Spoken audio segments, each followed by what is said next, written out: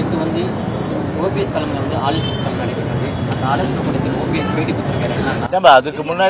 அதுக்கு முன்னாடி தேசிய கல்விக் கொள்கை இருக்கு.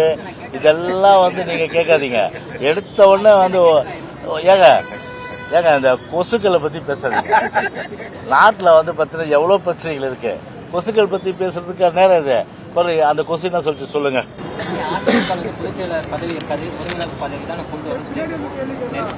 ஆமா இல்ல அவரு வந்து ஏதோ சொல்ற ரகசியம் சொல்லிட்டு அந்த ரகசியன்னு வார்த்தை வந்தாலே யாரோட யார் தொடர்புன்னு நல்லா தெரியும்.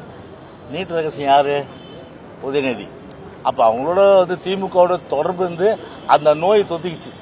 அதனாலதான் இவர் என்ன சொல்றாரு, எனக்கு அந்த ரகசியம் தெரியாது. ரகசியம் தெரிஞ்சா சொல்லுங்க.